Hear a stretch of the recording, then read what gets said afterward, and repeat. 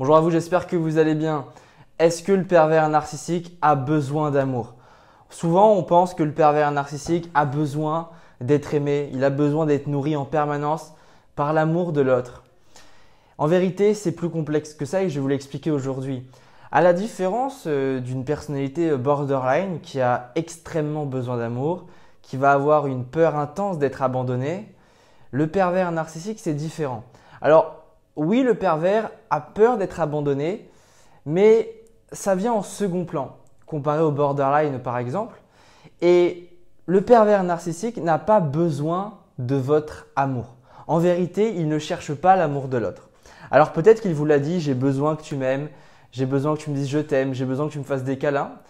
Tout ça, évidemment, ça n'est qu'apparence parce que, en vérité, ce que le pervers veut vous dire en disant ça, c'est pas je veux ton amour, c'est je veux ton attention, je veux que tu me donnes ton énergie, je veux t'absorber.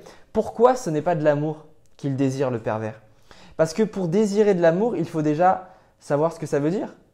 Il faut déjà savoir ce que c'est que l'amour. Le pervers narcissique ne connaît pas l'amour, ne sait pas ce que c'est que l'amour. Il est vide.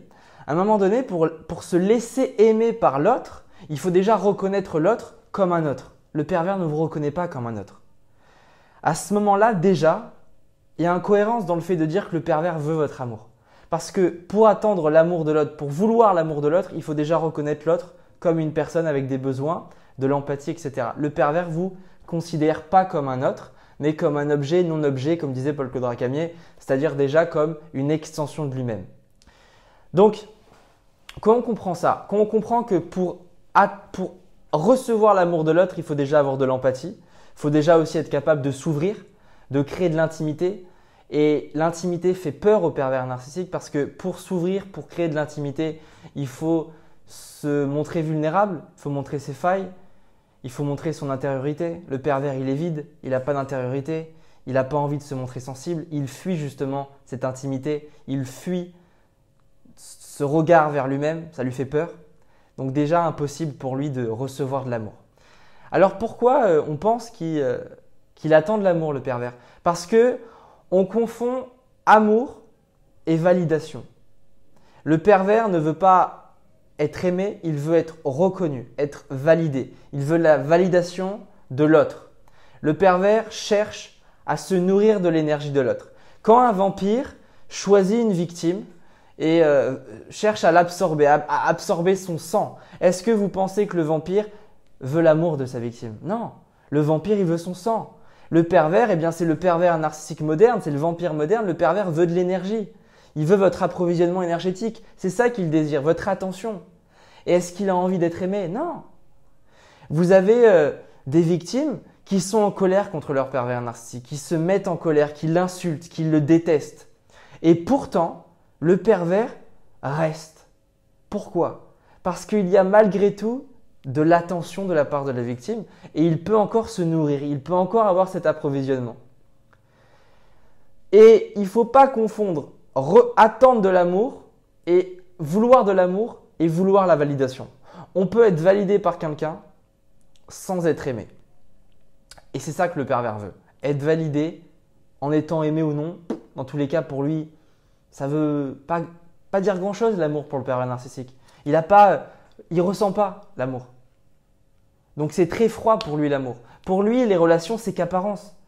Il va vous dire je t'aime, il ne le ressent pas. Il sait simplement que dire je t'aime, ça crée de la confiance, c'est sympathique, ça crée une belle image, l'apparence est belle pour séduire quelqu'un.